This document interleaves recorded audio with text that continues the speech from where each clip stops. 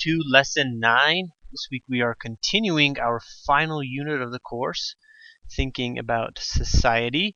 Last week you talked, we talked about, and you did some work on finding credible sources, stuff like that. This week we're moving forward into the place where you'll be synthesizing the research you've been doing and that you will continue to do, talking about reasoning and ethics this week. Now, the central thing that we will be discussing in this lesson is the idea that stated here in the Start Here document, that a person whose communication begins with an awareness of self, a respect for others, and an informed understanding of the challenges we collectively confront is likely to address controversial issues in substantive and non-confrontational ways. Now, you've begun with an awareness of self. We started thinking about the self this semester, and then thinking about others. Now we're thinking about society.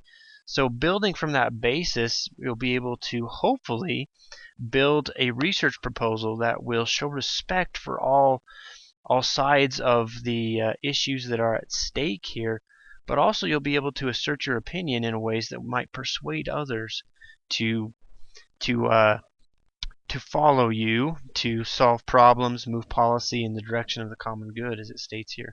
So that's the central premise, I think, of this course and of this unit that we're talking about this week. So that's basically what we have on the agenda for this week. You'll be studying some presentations on logic, logos, ethos, pathos, applying those things to your research, all of these things here, reasoning and ethics, logical fallacies, pay attention to that one. Find those often and there's a lot of logical fallacies going on out there, so you want to be able to learn to understand what those are, how to recognize them, and how not to use them for yourself. It's an important thing to take note of. We'll also have some articles to read for this week, examples of proposals that have been made by others, and you will be submitting an outline of your proposal this week in your research groups, which are all divvied up here in the research groups assignment page. Also, we'll have a class discussion this week led by your wonderful discussion leaders who are preparing those as we speak. So just keep those things in mind as we go throughout this lesson, as you move forward in writing your research proposals.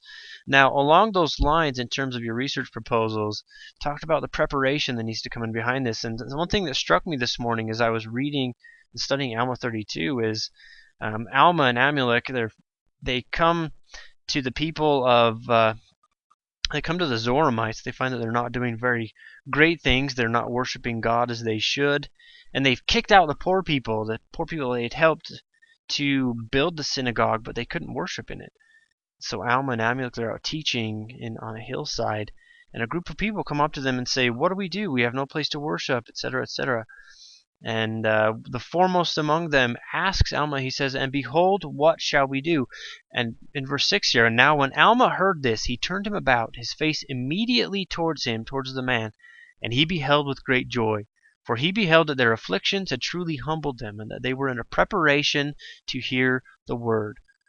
Now that phrase there really stuck out to me. They were in a preparation to hear the word. And I started asking myself, what does that mean, to prepare myself to receive the words of others and to share the words with others? And one thing that struck me, or that came back to me, was that we need to be able to ask the right questions.